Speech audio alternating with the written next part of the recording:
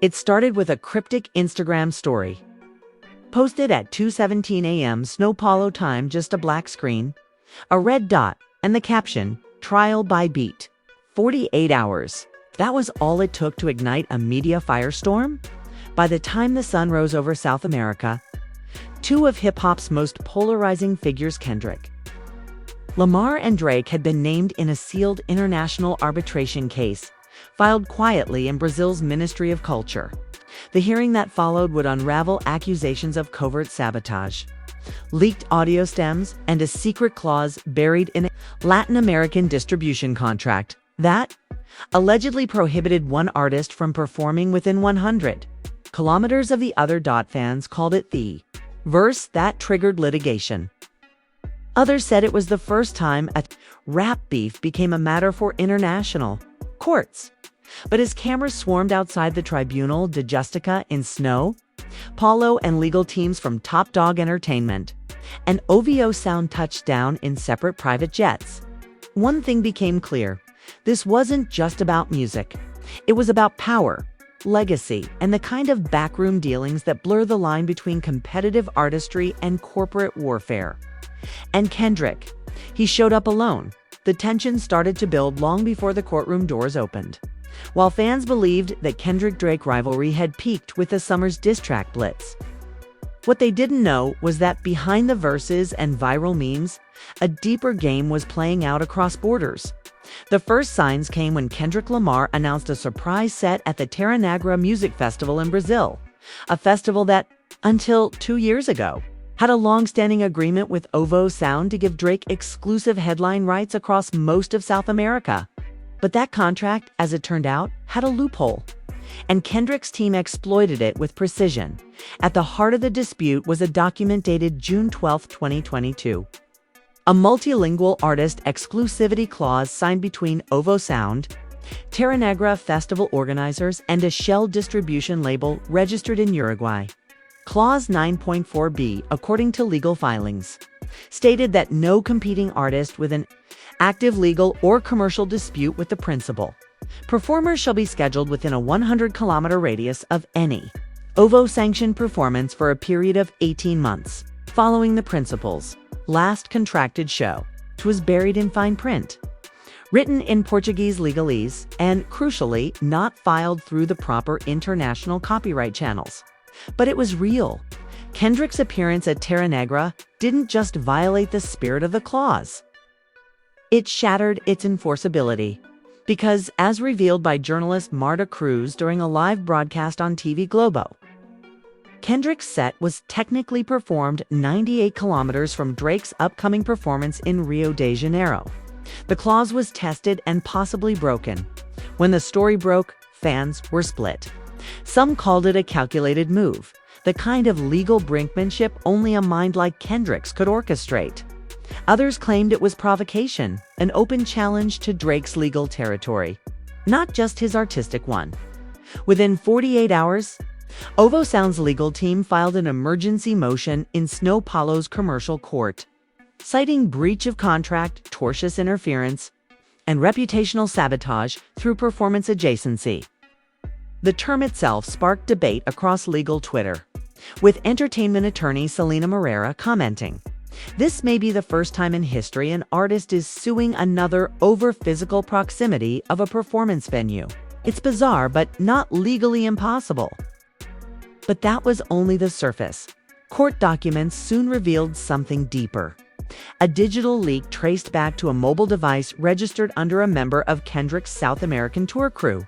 Forensic techs identified a metadata trail connecting that phone to an unreleased OVO Sound audio stem, an early version of a track that would later appear on Drake's shelved For All the Dogs Diaspora Sessions project. The track had been quietly leaked on Telegram just days before Kendrick's set, and while the origin was unconfirmed, the proximity of the devices, time-stamped logins, and overlapping tour itineraries raised more than a few eyebrows across the courtroom. OVO's counsel, Eduardo Ferreira, described the move as a surgical violation of creative confidentiality, accusing Kendrick's team of not only breaking geographic boundaries, but infiltrating digital ones. In court, Ferreira stated, "This isn't just a stage war. This is espionage, cultural espionage, and it has consequences." Kendrick's legal response, filed the next morning by his Brazil-based attorney Alessandra Nunes, did not deny the leak. Instead, it reframed the narrative entirely. According to the filing, the leaked track was not a private OVO work in progress, but an unauthorized interpolation of a previous TDE-owned hook. A demo from the 2016 Untitled Unmastered sessions. Kendrick's team claimed the version OVO had been working on used the melodic skeleton of that track without proper clearance, and that the Telegram leak, while unfortunate, exposed a deeper issue of creative misappropriation masked as innovation. The courtroom fell silent during the playback of both tracks. One judge even asked for a second replay, nodding slowly as the hooks overlapped with near-identical cadence and tone. Murmurs filled the gallery. The implications were massive. If true, it meant OVO wasn't the victim. They were the infringer. And suddenly, what began as a proximity violation looked more like a long-simmering copyright war. But it didn't end there as. Media coverage exploded across platforms. From Pitchfork to complex Latino public sentiment began to fracture. Fan accounts started dissecting old interviews, forgotten tweets, and behind-the-scenes photos. One resurfaced clip from a 2023 backstage interview in Santiago showed a member of Kendrick's crew offhandedly mentioning that they were warned not to play anything that sounds like Drizzy. At the time, it seemed like a joke. Now it read like a premonition. Labels, too, began to weigh in. While Teed remained tight-lipped officially, insiders close to Anthony Top Dog Tiffith hinted that Kendrick's decision to perform in Brazil and potentially challenge the OVO exclusivity was part of a broader exit strategy from his long-standing verbal agreement not to compete with certain artists in overlapping territories. One anonymous executive claimed, "There's been a gentleman's code for years. Unspoken rules about who performs where and when. Kendrick broke that code. But maybe that code was already broken." In private arbitration hearings that followed, emails were submitted into evidence, some redacted, others not. One dated February 3, 2023, and allegedly sent from an OVO executive to an intermediary label in Argentina, read, "Keep him out of the Southern Cone until Q4. We've locked all major fests. If he slips through, we pull funding." The authenticity of the email was debated, but its intent was chilling. It painted a picture of a coordinated effort to suppress a rival's regional momentum, not through music, but through market manipulation. Kendrick's team seized on this narrative, framing their client as not a provocateur, but a disruptor, a whistleblower in a rigged system, a strategist who, faced with exclusion, forced a confrontation on the only stage he still controlled, the live performance arena. And for many fans, especially in South America, that framing resonated on the ground in São Paulo. The trial became a spectacle. Fans camped outside the courthouse chanting lyrics from both artists. Inside, the atmosphere was tense. Court sketch artists captured images of Kendrick sitting calmly behind his attorneys, a black hoodie pulled low over his eyes. Drake did not appear in person. Instead, a high-resolution video feed showed him seated in a Toronto boardroom, expression unreadable, surrounded by legal counsel. The judge, Maria Helena Costa, presided with restrained curiosity. At one point, she interrupted the proceedings to ask, "Is the court to understand that a musical performance is now subject to geographic limitation enforced by multinational corporate leverage?" No one answered. The silence said enough. And yet, even as the legal battle raged, there was one piece of evidence no one could fully explain: a recorded phone call between two unnamed festival executives, submitted anonymously to the court. In it, a voice believed to be linked to the Rio showrunner stated, "We were told if Kendrick steps foot on that stage, OVO pulls the plug, not just here, everywhere." The recording ended with a laugh.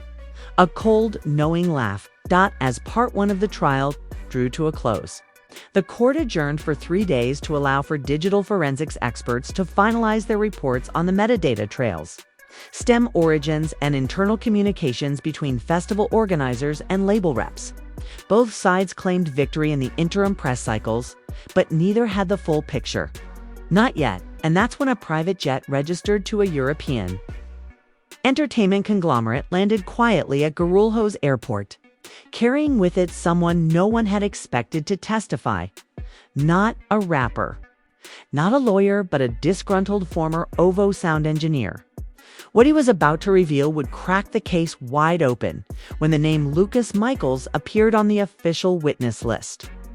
Most of the courtroom didn't recognize it, but for insiders in the recording industry, it was a quiet bombshell.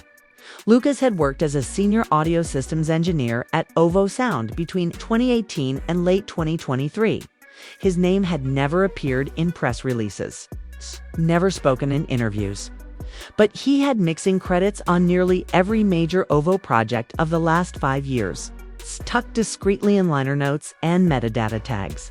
And more importantly, he had stories. Lucas arrived in São Paulo under legal protection, escorted not by bodyguards but by representatives of an international creative rights watchdog group known as ARC, Artists' Rights Coalition.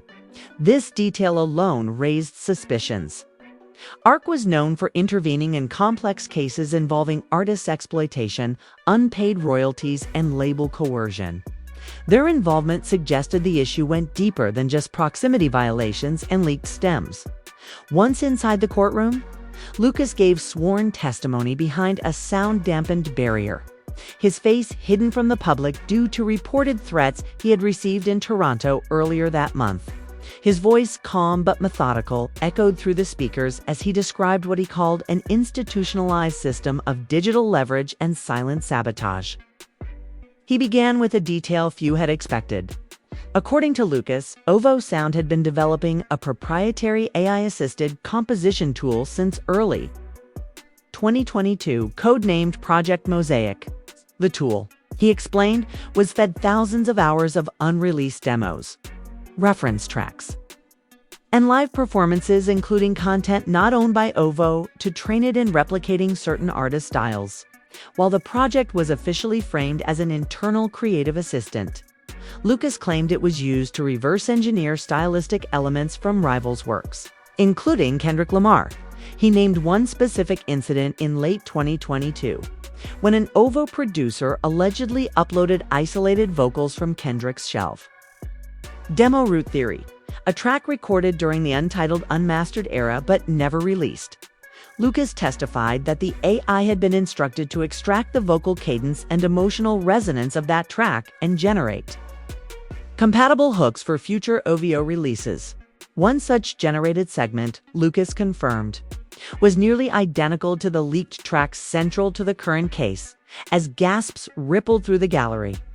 OVO's attorneys objected, citing a lack of material proof. But Lucas came prepared. He submitted a series of internal screenshots, emails, and cache-logged audio outputs from Project Mosaic, all of which were timestamped, geolocated, and cross-verified by ARC's digital forensics team. One email, allegedly from a senior OVO executive, read, "If Teed won't clear it, we'll build something better. We're not licensing genius." The court was stunned. Judge Costa ordered a 30-minute recess to allow both legal teams to review the evidence. During that time, local media exploded. Globo, Folha, and even CNN Brazil ran live panels debating the ethics of AI in music production, with some commentators arguing that creative replication without consent was a modern form of theft, while others defended it as innovation.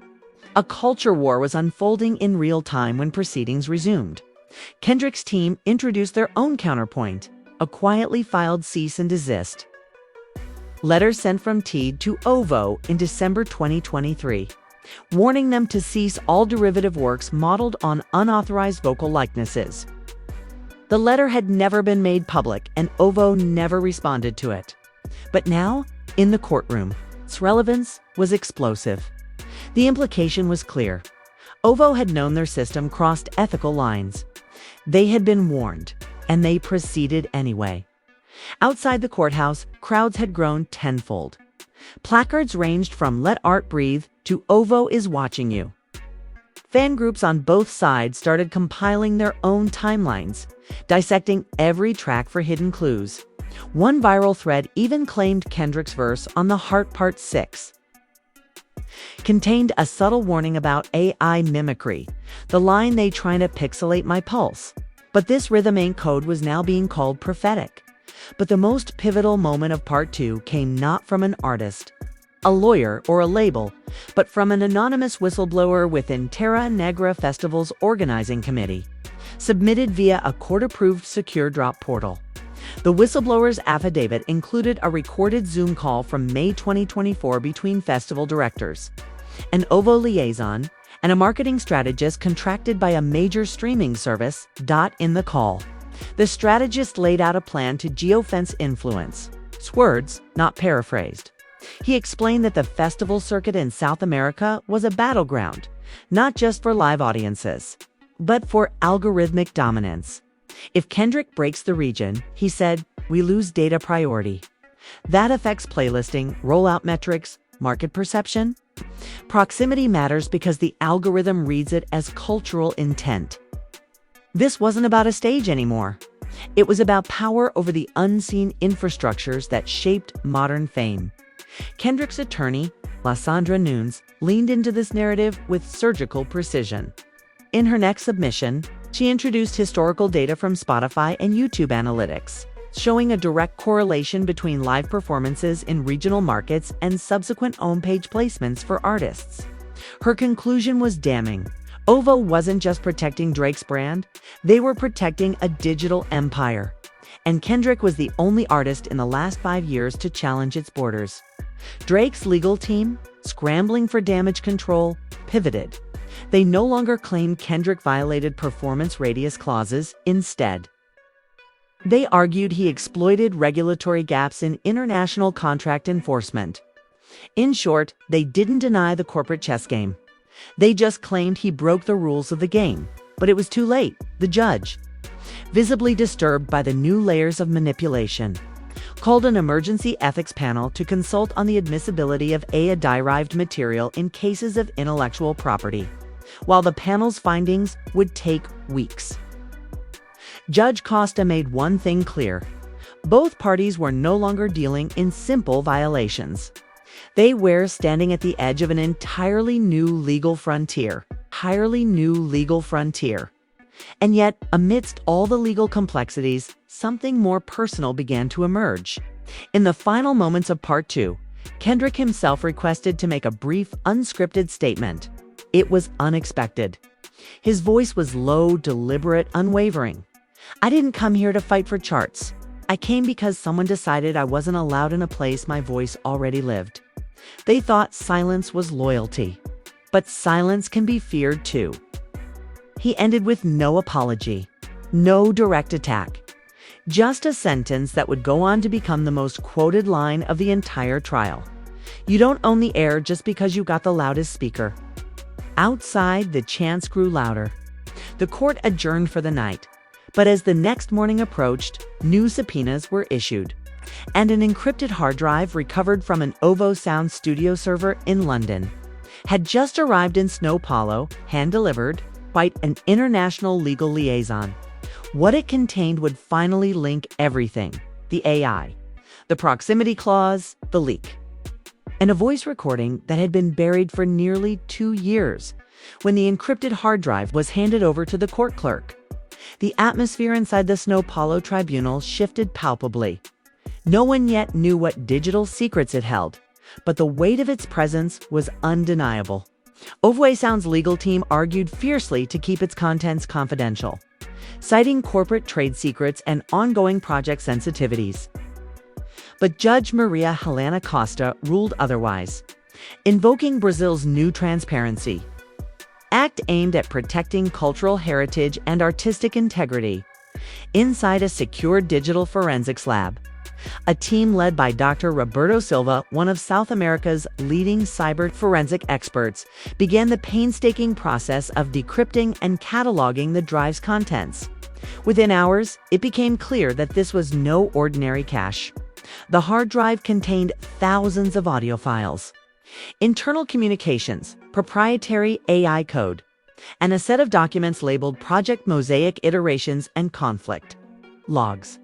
The most explosive revelation came from a folder marked conflict_logs_V3.7, which contained detailed internal memos referencing Kendrick Lamar by name. In one such memo dated November 17, 2023, a senior OVO creative director wrote, "We anticipate Kendrick's tour will breach the protective radius clause. Initiate containment protocols immediately. If necessary, deploy counterleaks to dilute his public narrative." Counterleaks. This was confirmation that OVO had orchestrated not just a legal blockade, but an information warfare campaign designed to destabilize Kendrick's reputation during his South American dates. Meanwhile, the audio files included unreleased session recordings of both Drake and Kendrick, but with something odd: numerous interference tracks. Distorted snippets that appeared designed to sabotage mastering sessions. Forensic audio analysts testified that these distortions were deliberate, not accidental, and seemed targeted to mimic Kendrick's unique vocal inflections. The court was astonished by this level of subterfuge. Legal expert Luisa Carvalho told reporters, "What we're seeing is a complex blend of industrial espionage and intellectual property theft, cloaked in competitive tactics that have never before been tested in this way." The courtroom hearings became a media spectacle. During one tense session, Judge Costa paused mid-proceeding to address the packed gallery. "This trial challenges not only our legal frameworks, but our very understanding of artistic authorship and corporate responsibility." In an unprecedented move, Judge Costa called for live testimony from ARC's director, who explained the broader implications of AI in the creative industries.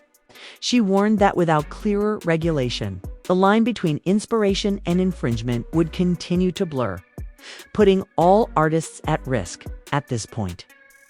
Drake's side tried a strategic pivot. They introduced an expert witness in intellectual property law from the University of Toronto, who argued that while OVO's tactics might be aggressive, they remained within legal boundaries because all actions were taken within the scope of contract clauses and licensing agreements. The judge wasn't convinced on. In her closing remarks for that day, she noted, "The documents reveal more than anyone expected. A premeditated, multi-layered strategy to monopolize not just physical performance spaces, but the intangible networks of creative influence." Amidst all the legal wrangling, the public remained captivated. Fan-led investigations continued online, and a prominent YouTube channel specializing in music law broke down the trial's developments in weekly episodes, dissecting the technicalities and decoding the legal jargon for millions of viewers. One viral segment focused on the proximity clause itself, tracing its origins back to a landmark 2001 case involving Latin American music festivals and artists' exclusivity. Legal historians noted how this clause had never been tested in international courts at this scale, making the current case a potential precedent-setting moment. Meanwhile, social media debates raged on, often fracturing along cultural lines. Some Latin American fans supported OVO's right to protect its investments, while others saw Kendrick as a symbol of resistance against corporate gatekeeping. The trial took another dramatic turn when a confidential witness from Teed's inner circle testified behind closed doors.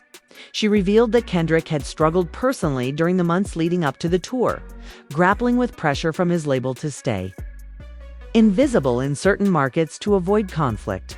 She described a secret meeting where Kendrick's manager told him, "If you cross that line in Brazil, you risk everything." The emotional stakes became clear. This was not just a legal battle, but a clash of loyalty, identity, and artistic freedom. As Part 3 drew to a close, the court prepared for its most dramatic moment yet. the unsealing of a voice recording believed to be from a confidential OVO meeting in early 2023, allegedly capturing executives discussing the use of AI to replicate Kendrick's vocal style and manipulate streaming algorithms. The recording, played in court under heavy security, was chilling. "We need Kendrick out of South America," one voice said. "And if he won't leave voluntarily, we make sure the market doesn't forget him or what he sounds like." The courtroom fell into a heavy silence. The judge stared down at her notes, visibly shaken. This was no longer just a fight over who performed where. It was about the future of music itself. The final phase of the trial unfolded with a tense gravity that gripped the courtroom and the world beyond. After weeks of testimony, thousands of pages of evidence, and a digital battleground that redefined the very nature of intellectual property, Judge Maria Helena Costa was finally ready to deliver her ruling. The hearing that shocked fans and insiders alike was not merely a verdict on a contractual dispute. It was a statement on the shifting power dynamics in the music industry. As the courtroom filled with anticipation, Judge Costa's voice rang clear and measured. She acknowledged the complexity of the case, noting that it blurred the lines between artistic creation, technological innovation, and corporate competition. "The documents revealed more than anyone expected," she said, pointing to a premeditated strategy to control not only physical spaces, but also the intangible networks that influence cultural production. In a landmark decision, the court found OVO Sound liable for engaging in unfair competitive practices by manipulating AI technology to replicate and dilute Kendrick Lamar's creative expression. The ruling also invalidated Clause 9.4b of the exclusivity contract, citing its vague language and inconsistent international enforcement as grounds for unenforceability. However, the court acknowledged that Kendrick's team had operated in a legal gray area by knowingly performing within the contested radius, recommending future clearer regulations. The ruling mandated OVO to pay damages to Kendrick Lamar for reputational harm and creative infringement, an amount speculated by legal experts to be in the tens of millions of dollars. More significantly, it called for industry-wide reforms, urging regulatory bodies to establish frameworks addressing the ethical use of AI in music production and the enforceability of regional exclusivity clauses in an increasingly digital world. Media outlets worldwide exploded with commentary. Headlines ranged from Kendrick Lamar's legal victory, a win for artist freedom, to OVO Sound's controversial tactics backfire in South America. Fan reactions flooded social media, with many celebrating the decision as a blow against corporate overreach. Others expressed concern over the court's nuanced view of Kendrick's territorial gamble, underscoring the persistent tensions in artist-label relationships. Within OVO, sources reported a shaken executive team, with insiders describing a rare internal reckoning. Anonymous staff hinted at urgent meetings to reassess their approach to AI and artist relations. One close to the company remarked, "This case exposed vulnerabilities we ignored for too long." For Kendrick and his camp, the ruling was a validation of not just legal strategy, but artistic integrity. In a rare public statement, Kendrick said, "This was never about rivalry. It was about respect for art, for culture, and for the people who give music its soul." The statement was widely shared and lauded for its restraint and depth. The ruling's ripple effects were felt beyond OVO and Kendrick. Streaming platforms began reviewing their policies on algorithmic fairness, while festival organizers globally reevaluated exclusivity clauses, wary of legal challenges and fan backlash. The case ignited discussions in legislative corridors from Washington to Brasilia, highlighting the need to balance technological progress with creative rights. Legal experts hailed the decision as a milestone. Selena Moreira, the entertainment attorney who had commented early in the trial, reflected, "We're witnessing the dawn of a new era where law must catch up with innovation." This ruling sets a precedent for how courts can navigate these uncharted waters. Yet, despite the clarity of the verdict, lingering questions remain. How will labels integrate AI ethically without crossing into appropriation? Can artists truly control their cultural footprint in a hyper-connected world? And what does this mean for future battles between creativity and commerce? As the courtroom emptied and the cameras packed up, the story of Kendrick Lamar versus OVO sound remained a complex tapestry, a cautionary tale for the music industry about power, technology, and the enduring human element at the heart of art. What do you think really happened behind closed doors? Did this trial reveal the whole truth? Or is there more waiting to surface? Let us know your thoughts in the comments below, and if you want more deep dives into the stories that shape music and culture. Don't forget to subscribe and hit the bell icon for updates. This is more than just a case. It's a conversation about the future of creativity itself. This case isn't just about one artist or one label. It's a turning point in how we understand creativity, ownership, and technology in music. As AI tools become more powerful and music's global reach expands, the questions raised by this trial will only grow louder. How do we protect the artist's voice when algorithms can mimic style? Where do we draw the line between inspiration and infringement? And can the industry balance innovation with respect for the human story behind every song? Kendrick Lamar's battle against OVO sound exposed a fault line in entertainment law and culture, one that challenges us all to rethink what it means to create in the digital age. But many details remain unresolved, many players remain silent, and many consequences are yet to unfold. So, what do you think really happened behind closed doors? Was this a victory for artistic freedom, or just one battle in a much larger war? Drop your thoughts in the comments below. Share this video if you found these revelations eye-opening. And subscribe for more deep dives into the stories shaping music, culture, and law around the world. The future of music isn't just written in studios or courtrooms, it's written by all of us.